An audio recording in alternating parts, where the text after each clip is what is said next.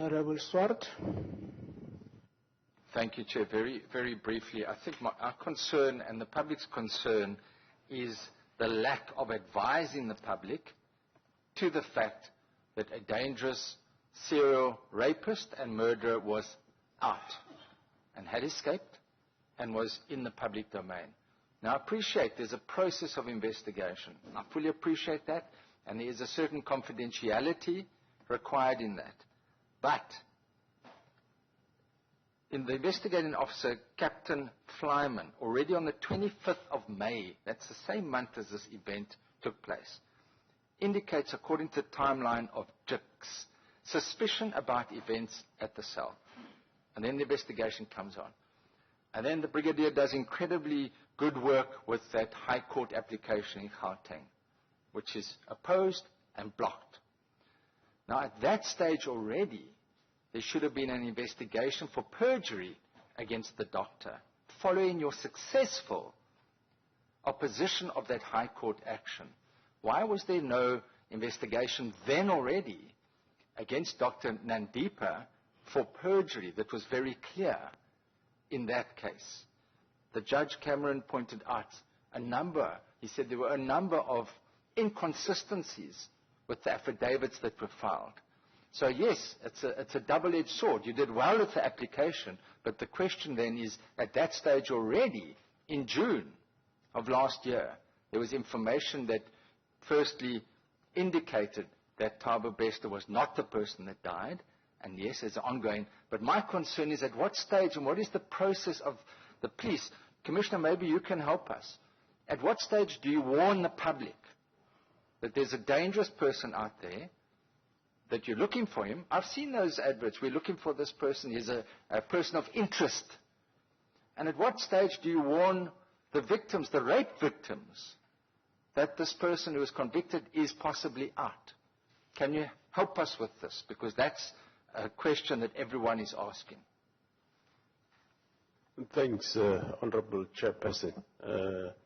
I think we will take responsibility as SAPS to say maybe we did not warn the public in time. But, Honorable Chairperson, what made a bit of a trick around whether is this Thabo Bester? Initially, the mother was uncooperative. She said she will talk us through a lawyer, which is a right. And we struggled to get those affidavits.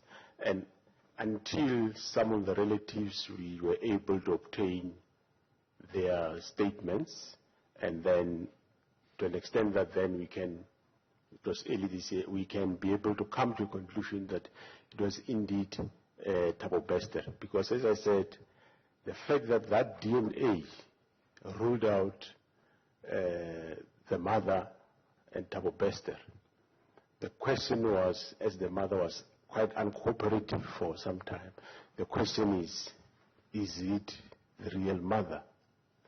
And that brings further the question whether, is that Thabo Bester?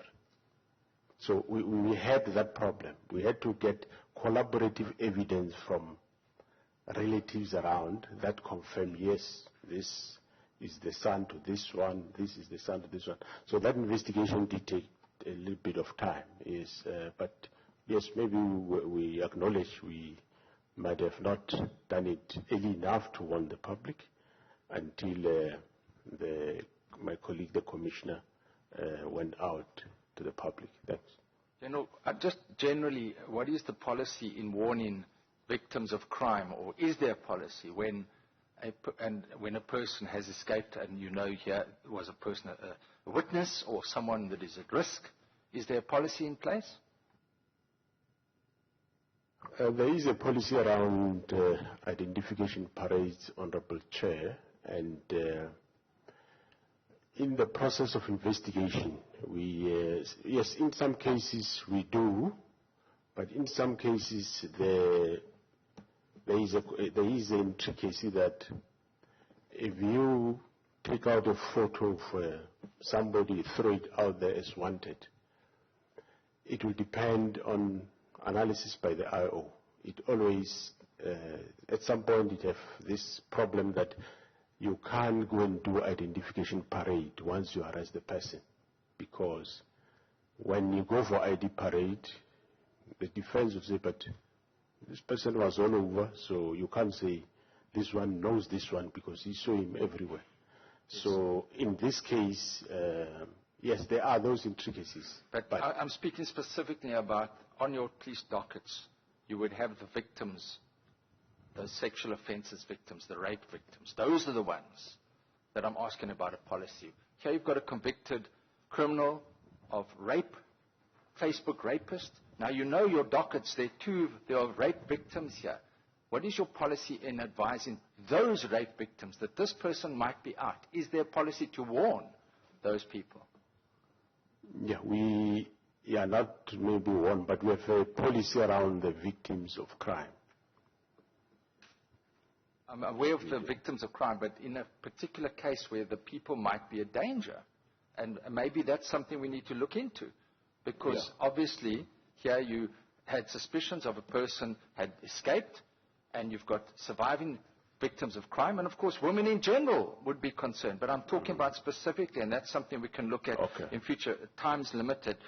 Can I just ask you, on the 18th of October, the JICS reports that you met with SAPS and JICS, and you indicated SAPS have reason to believe that a dead person might have been smuggled into the cell, and the cell set on fire to fabricate a suicide. SAPS requests JICS assistance to bring in the hawks. Now, why would you do that? The directorate, did you want to escalate the level of the offence being investigated? Honourable Chairperson, I'll ask the Provincial Commissioner to comment on that. The hawks are part of SAPS, and I don't have to ask anybody external to assist myself talking to the hawks or the Provincial Commissioner. But maybe she can comment better on that. Thanks. Thanks, sorry, before Minister. Chairperson, on two things. The question of informing the community is correct, but there is a catch-22 situation here on Bester per se. That you are investigating, you might be warning him and his accomplices when you begin to warn that he must run. So, as I'm saying, it's a catch-22 when you need to be sympathetic with the victims and all that, but at the same time, remember, for some time, there was this contradiction even within the agencies to say, Chief said, that person was in there when it has been established that is not him.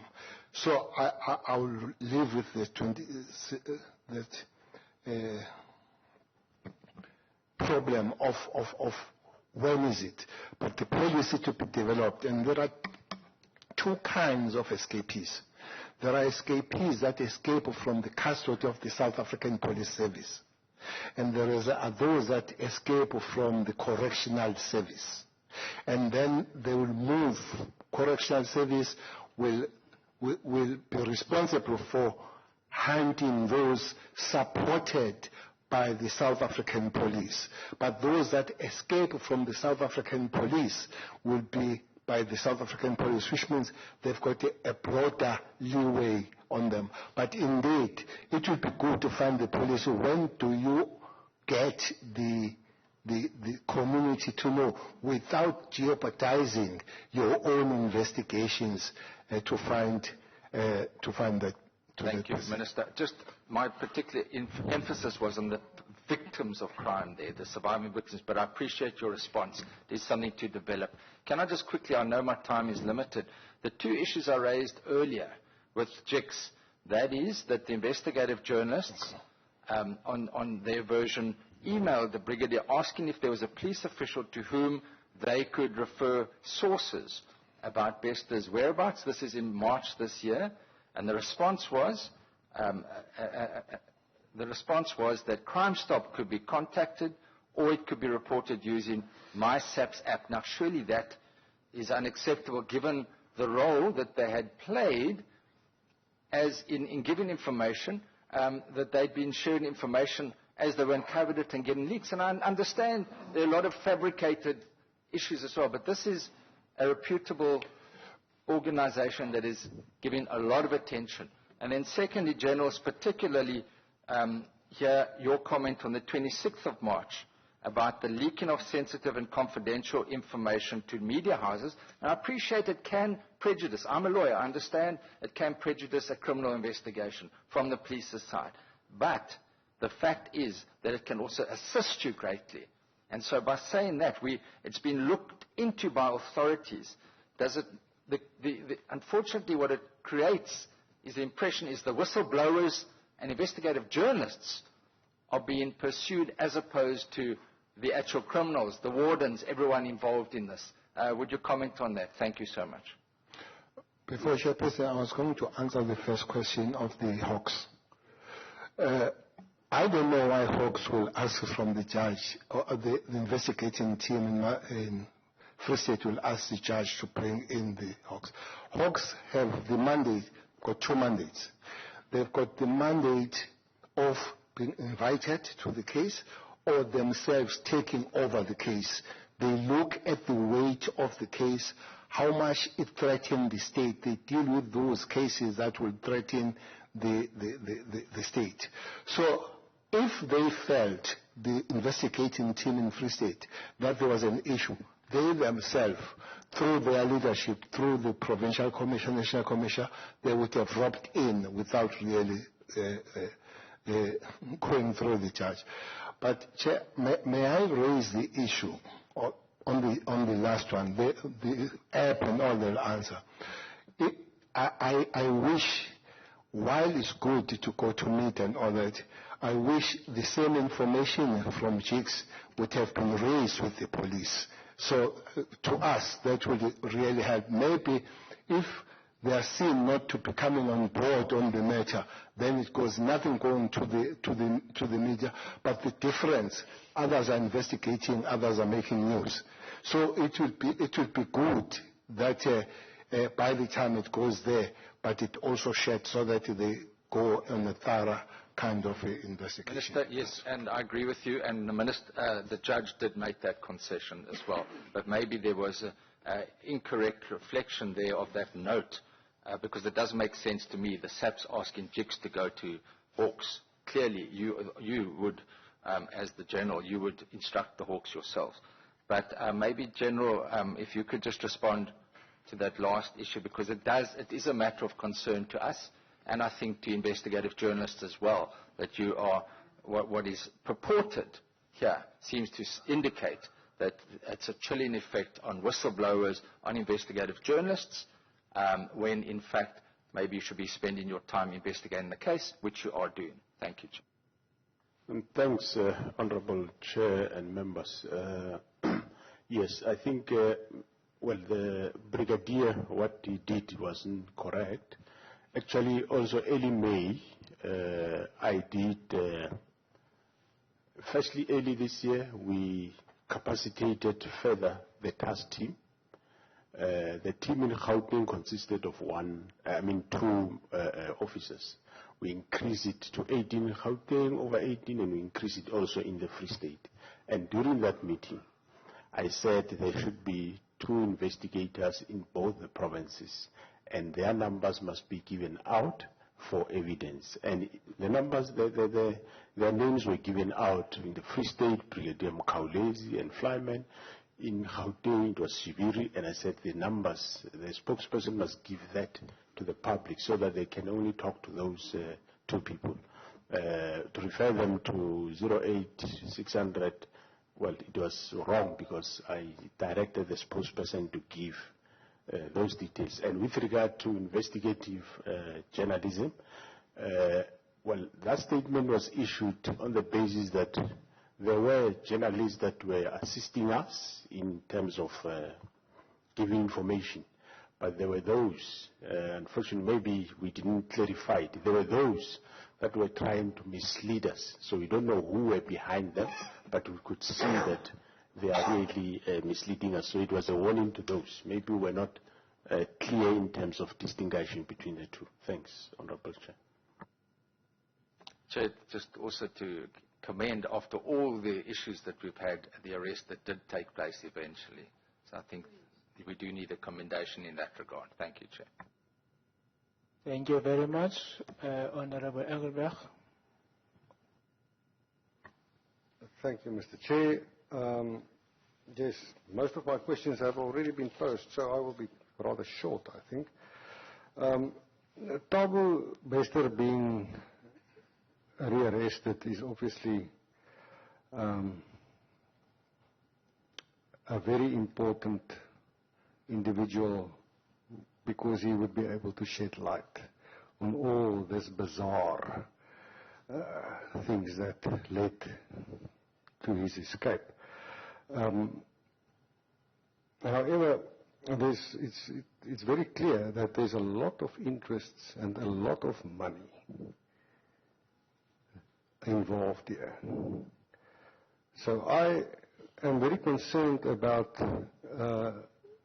whether Mr. Bester will be alive long enough to be questioned by the police. So I would want to know, when will the South African Police Service conduct an interview with Mr. Bester, where he is incarcerated at the present moment?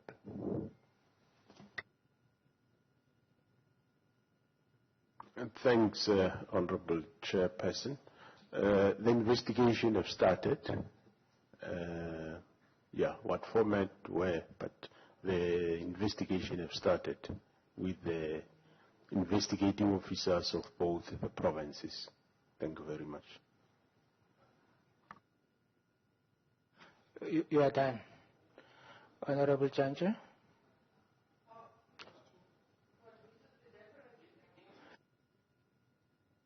Oh, I thought you said you don't want to ask questions. Okay, Honorable Breitenbach. Are you going to ask question after Honorable Horn? Okay. Honorable Horn. Please, Honorable Horn, just do us a favor. Expropriate all her time. Now, I want to expropriate Jantjie's time. Thank you, Chair.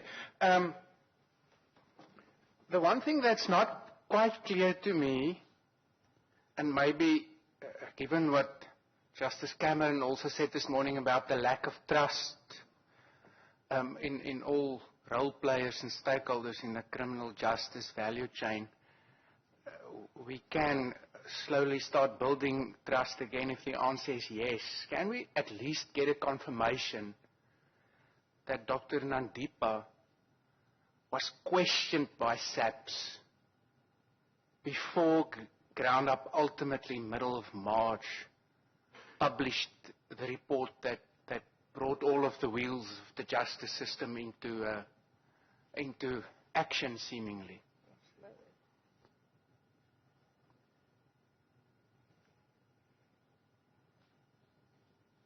Oh, it's time to pick a straw again. Chairperson, according to my information, she was not yet questioned.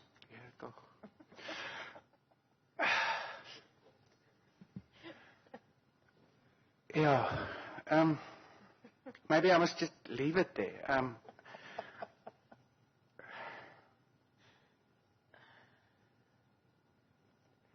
So you now say your investigation isn't at advanced stage.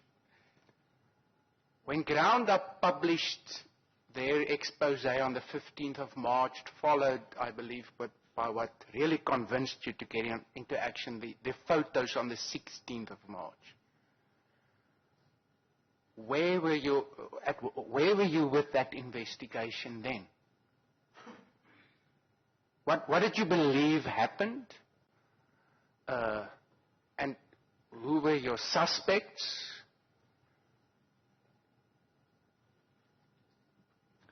Chairperson, she was still one of the suspects, but by then she was already on the run.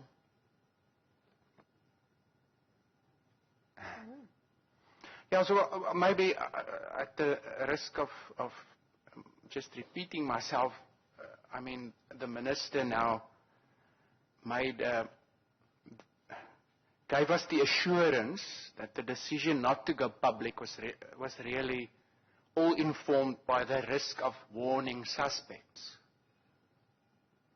So if she was a suspect, even though you chose not to question her at any stage, and if you didn't want to take the public into confidence and warn the public, importantly, because you felt it's more important to keep everything under wraps, was her movements and her home watched? And if so, how was she able to flee? Did she maybe phone the Guptas in the United Arab Emirates and get their advice? Or was she watched? I mean, that's basically the question. Given the minister's assurance that this was all informed by the need to tread carefully and not alert the suspects. Chairperson, before the answer, my statement is on Bester. Oh. Yes. So does that mean that by then you've not linked Bester to the good doctor? My issue of responding to the question by Honorable Swart, that is a catch-22 situation. Remember, we acknowledged that it would have been good that especially those individuals that were victims previously would have been warned. But at the same time, we would not have warned Bester that we know that you are out there. So this statement is based on Bester per se. Yeah. Thanks. But Bester, obviously, well, I don't want to say obviously. To my mind, logically speaking, would not go into hiding as an individual. So does your answer then mean, Minister, that up to that stage, despite the fact that there was these bizarre circumstances around claiming unclaimed bodies and finding familial relationships which SAPS, it rightly so, well, seemingly, raised alarm bells at SAPS, but not alarm bells which necessitated action. But despite those bizarre circumstances, does that then yet still mean that at that stage SAPS has not put one and one together and realized that the answer is 2? The likelihood that this doctor is involved is very high. Maybe the answer is 3. Well, even 4. I think that even 4, even 5, even 6. Yeah. Because what is very clear here, that this is not even a tango of 2. It's not for Bester and doctor. Yeah. It goes vertical and perpendicular. Yeah. We just believe that maybe that's one point that has not been made, to say while we have to really respect this board and all this, but investigation is less than making news, or is more than making news. There are quite cases that they'll take you a year, 2, 3, 4. For instance, I think the Honorable Judge and Mr. Swart, they raised the issue of perjury for Dr. Nandipa with the body. An investigator will realize that this is less. I need more here. And the investigator will be led by the investigation, as the judge, Honorable Judge, that he would have expected that there he will be arrested. You might go for the immediate one and you lose the bigger picture. And with Nandipa, it was very clear that there's a bigger picture. I heard Honorable PR2 raising the matter. I would say that there will be time where even at the ministry level you get impatient, very impatient, with this thing that seems to be obvious, and you'll be told that cool off. you are jeopardizing our case. We are going for this case at this level. We are dealing with sardines. We are going for sharks here. Give us that opportunity. And that's an area and the pressures that we face with the communities. Unfortunately, at the ministerial level is where you need to answer on this matter when they delay. But it's where you need to answer when they fall apart.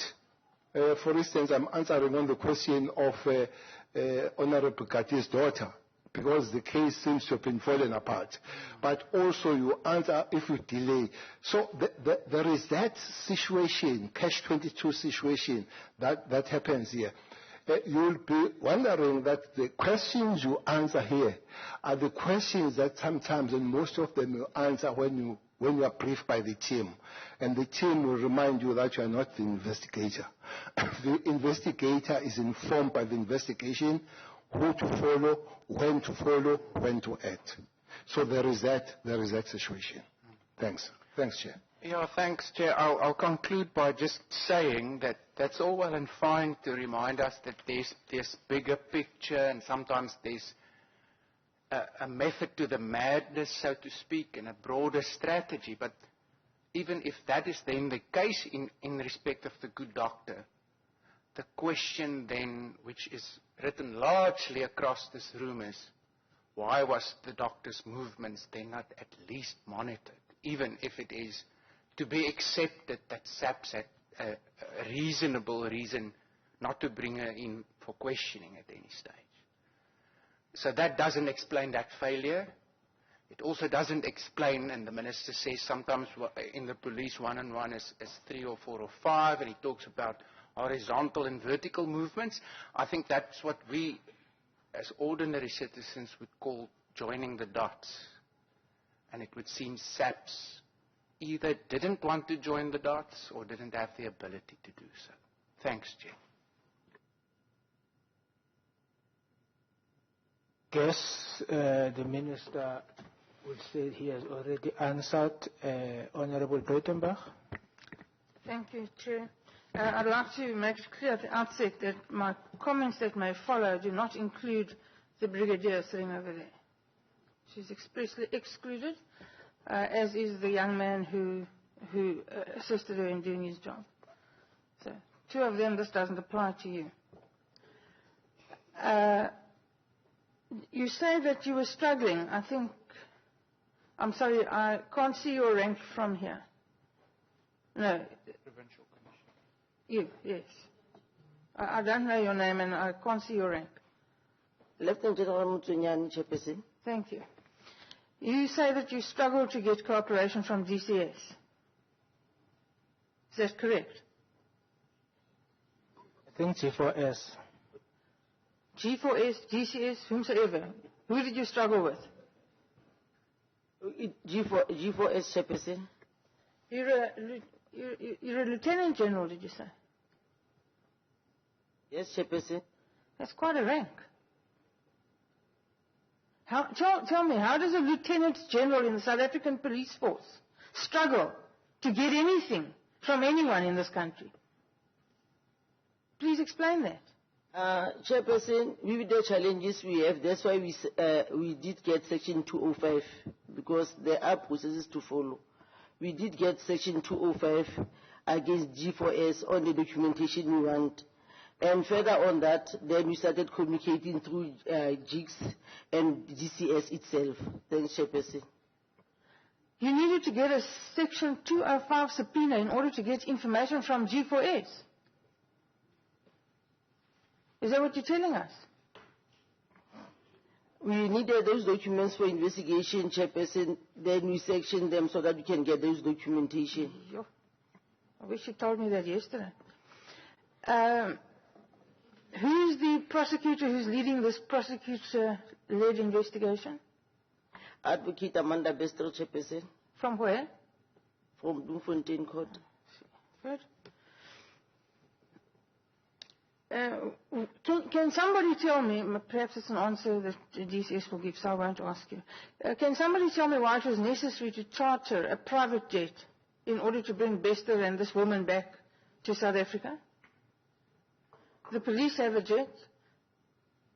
The state has another jet. Why was it necessary to charter a private jet?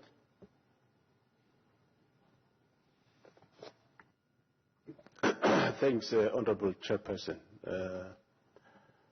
If the police had to transport all the people from that side to here, after the team met the Tanzanian team, they established that for any deportation does not involve the police. When you deport anybody from a country, you deport the person, probably people that are responsible for immigration are the ones that come on board, but you don't deport through police. Police can assist in the process. I'm sorry, that doesn't answer my question. Why do you need to charter a private jet? Chairperson, simply put, it was part of negotiations with the officials on the other side that it would be their pleasure if it's done the way that it was done. So we had to respect those negotiations. So the Tanzanians wanted to fly to South Africa in a private jet. Is that what you're saying? It's a yes or no answer. No, I'm not going to answer that way. No, not at all. Then don't answer. You can tell others to answer yes or no. No, don't answer. Absolutely not in court. It's fine. We sent a team to negotiate. The team left on the 9th. So it would be initially the extradition or if not extradition, is a deportation. So we were advised which is a better one, which is an easier one. So we had to negotiate with that. So that was raised by the team as we were in contact with the team to say they would be more comfortable if something private rather than the police comes. So we had to respect that. Thanks.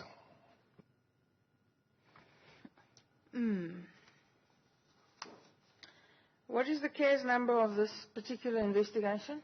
This escape, murder, violation of dead bodies, whatever?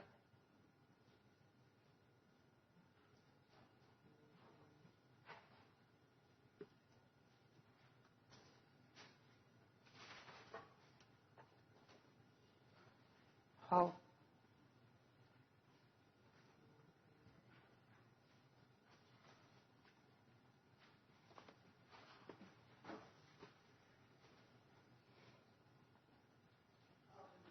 Chairperson, for the escape is Bloomsbury case 316 of 1/2023. Fraud and violation of the body is Park Road case 1572 3/2023. The murder is Bloomsbury case 289 5/2022. Batu case 40 10/2021 is for culpable homicide, where the body of the father was claimed. Thanks, Chairperson.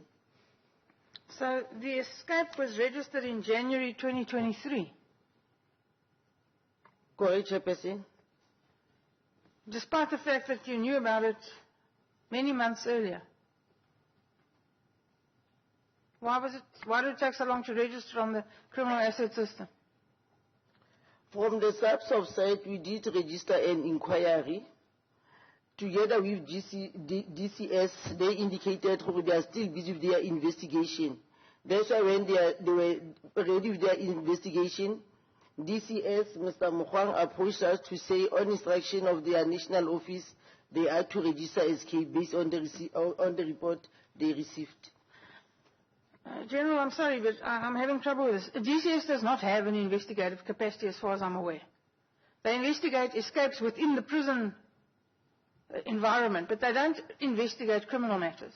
They have no capacity to investigate criminal matters. That's entirely your purview. Am I correct?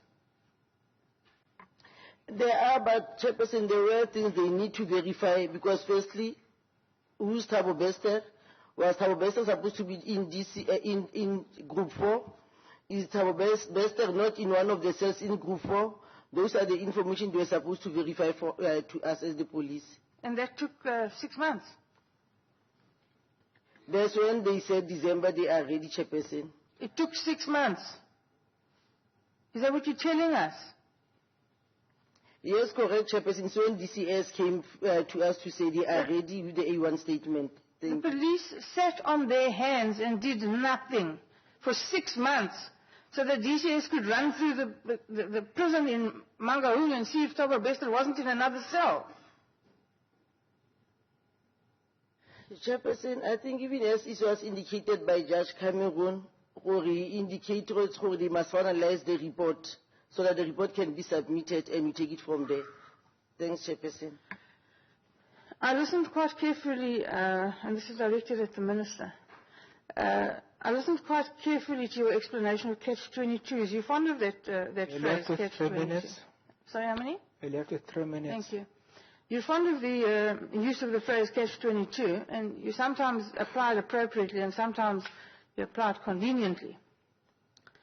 A Catch-22 situation, you described to the Honourable Swart that you didn't inform the public of the escape because it was a Catch-22. It may have alerted Bester that you were on the lookout for him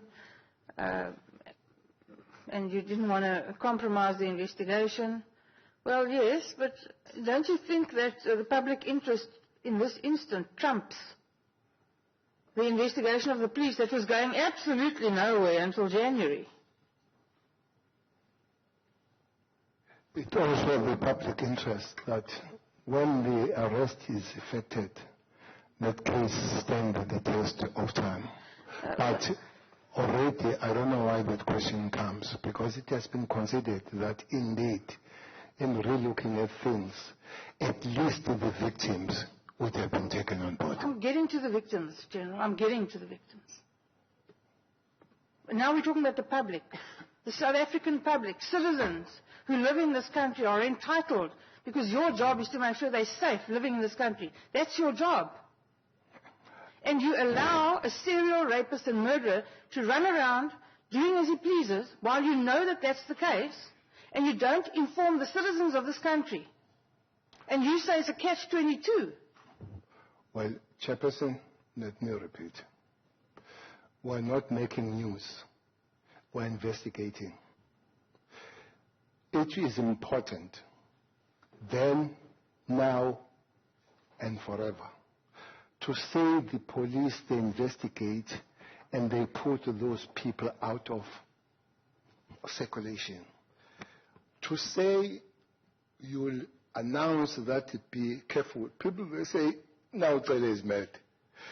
You go and get that person, and we have been on that track. That's why today, at 2 o'clock, it was expected that the other one appears in court, the other one is at Mampura and all that.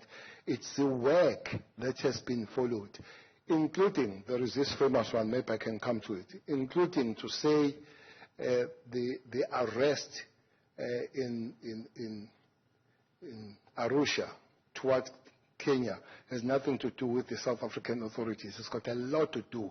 Maybe those are things that will be kept there until the case comes and all that. The major work of the police is very defined. Is very defined on 205. Investigate, prevent, and indeed, I fully agree with you. At this one, it would have been on the limited way of talking with the families, the victims. Indeed, the point is taken on board. But broadly, it would be good to say this has happened and we've arrested those people of South Africa, as it has happened.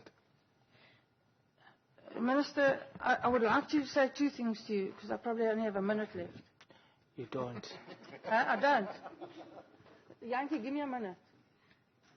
You give me a minute. I will give you that minute so that you assist the committee going forward.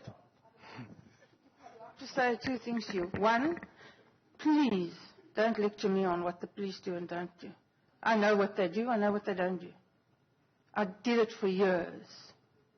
You can teach me nothing about police investigations, with respect. Secondly, and I'm glad you take the point, and I'm glad that you concede it, it's an absolute disgrace that the victims of this man were not warned, were not prepared, were not protected. It's an absolute disgrace, and you should hang your head in shame, all of you. It's no way to treat people. But the most important thing is, answer me this. If while you were so busy protecting the secrecy of your investigation and deciding not to warn the South African public, who incidentally expect all of us here to protect them, and we've all failed, all of us. If Bester had murdered another woman, had raped another woman, what would you have said then? Well, I'm not a speculator. That has not happened. Yes, it did not happen. And secondly, I know you are a prosecutor, a vintage one for that matter. But don't tell me about investigating and the police. You only deal with that after they've investigated. Yes, prosecution, indeed, but investigation, absolutely no, not for you. Thank you very much. Honorable Janja. Thank you. So you have 9 minutes. You donated a minute to... No, don't worry. No, I'm an accountant. I'm an accountant here. I must make sure that I balance the books.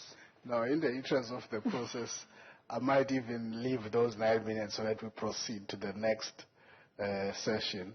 But just a few issues to raise, Chair, very, very briefly. I think firstly it's important to add to Honorable Swart in the same way I would have done with Jigs, to thank the delegation of SAPS led by the Minister on the thankless job you're doing. I normally say this to DCS, that their job is a thankless job, that they must never expect us to say thank you, or sometimes even appreciate, for the work that they have done up to this point, because yesterday in the morning we were told, and I want to just repeat this on record, we were told that Bester is dead. In the afternoon we were told he has arisen. Same day. Now, I don't know who you have rearrested.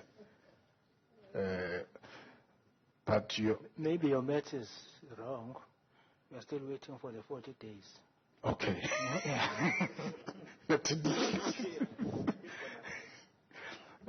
So I think it's a relief. Whatever the imperfections that are into that process, as we are going to be forced to deal with the root causes of all of this, and I maintain the point, that's where ours must be. There's a relief that we can do so in an environment where this inmate, who's been there for being a rapist and a murderer, is back. And I'm told now that's Jose Mampuru. So he's got a new space. But the second point I wanted to make, just for SAPS to confirm, has the notorious doctor appeared in court today? Chairperson, she appeared and she's been remanded in prison. Thank you. On what charges? Violation of the body, fraud, perjury, aiding and abetting escape, defeating the ends of justice. Those are the charges proffered to Dr. Nandipa Maguduman. Yes, Chairperson, but maybe we can still add some more. Okay. I thank you, Chairperson. That's all I wanted to raise. Chairperson, sorry, can I make a comment? Okay, over to you, Minister. Chair, the point raised about the difficulty that encountered by the police working with the chief was, I don't know what is amazing about it, because you encountered the same difficulty working with them. You had to really work on extra things. As you issued summons, we had to issue 205. So that shows the difficulty on that. But maybe without really being arrogant and showing some kind of It must be, this board must be reminded that we have a portfolio committee called Police Portfolio Committee. So I just want to remind this body that plan. Thank you very much.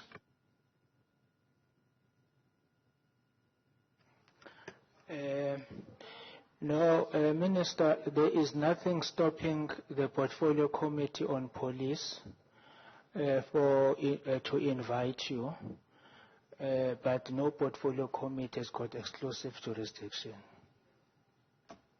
So to the extent that there are things that touch us, then we are also entitled to call and to have a benefit of any board and any entity. So if they want to, they will call you, but there's nothing that stopped us from calling you. Thank you very much. Let me take this opportunity to also thank you for making the effort to appear before us and congratulate you for ensuring that Mr. Bester, working with the Tanzanians, I think also let's thank them for assisting us to ensure that Mr. Bester is arrested. Thank you very much for all the work that has been done. Hopefully, all the other loose ends will be tied up soon. Thank you very much. Now we will come to DCS. But before we do that, let's have a comfort break for 10 minutes.